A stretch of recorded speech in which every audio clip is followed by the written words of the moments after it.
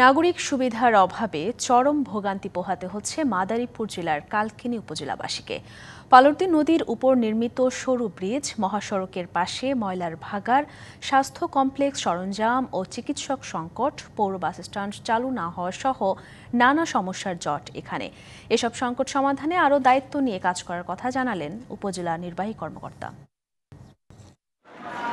কালকিনি উপজেলার সাথে ইউনিয়নগুলোর সংযোগ স্থাপনকারী পালর্দি নদীর উপর নির্মিত সরু সেতুটি যানজটের অন্যতম কারণ।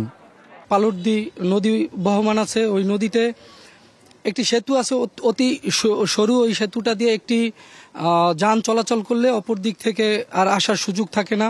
সীমানা জটিলতা অচিরেই নিরসন করা হয় এবং আমরা পৌরবাসী এই জটিলতার থেকে মুক্তি পাই। দুটি গাড়ি একসাথে চলাচল করতে পারে না এই ছোট সেতু দিয়ে, ফলে প্রতিদিনই দেখা দেয় তীব্র যানজট।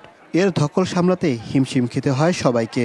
গাড়ি অতরপতর রাস্তার উপর পার্কিং করে রেখে বসে, যার ফলে যানজটের সৃষ্টি হয়। সকালবেলা হইতে 12টা পর্যন্ত কোনো কাজে চলার মতো পরিস্থিতি নেই এবং গাড়ি ঘোড়া এমন যানজট হয়, অফিস আদালত করার মতো কোনো সুযোগ সুবিধা হয় না। স্বাস্থ্যসেবার অবস্থা হতাশাজনক।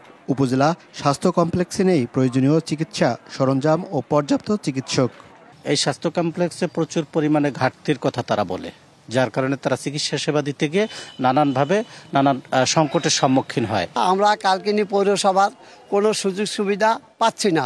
এখানে যে খালগুলি ছিল বিভিন্ন কারণে ভরাট হয়ে গেছে, অল্প বৃষ্টির জমি তলায় যায়, সমস্ত ফসল নষ্ট হয়ে যায়। যথেষ্ট কর্মসংস্থানের অভাব থাকার কারণে এখানে ছাত্র সমাজ, যুবক সমাজ বেকার হয়ে যাচ্ছে।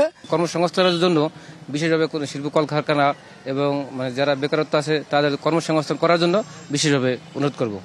এসব সমস্যার সমাধানে আরও আন্তরিকভাবে কাজ করার কথা জানান উপজেলা নির্বাহী কর্মকর্তা।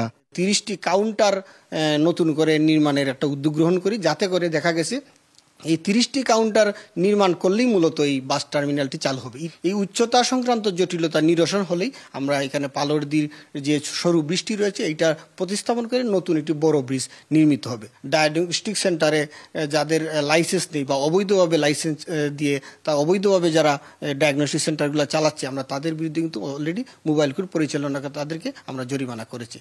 9টি ইউনিয়ন ও একটি পৌরসভা নিয়ে গঠিত কালকিনি উপজেলা। এখানকার সমস্যাগুলো সমাধানে দ্রুত ব্যবস্থা নেওয়া হবে এ অপেক্ষায় এলাকাবাসী। Mohaiminul Khan Apu, DBC news, Kalkini, Madaripur.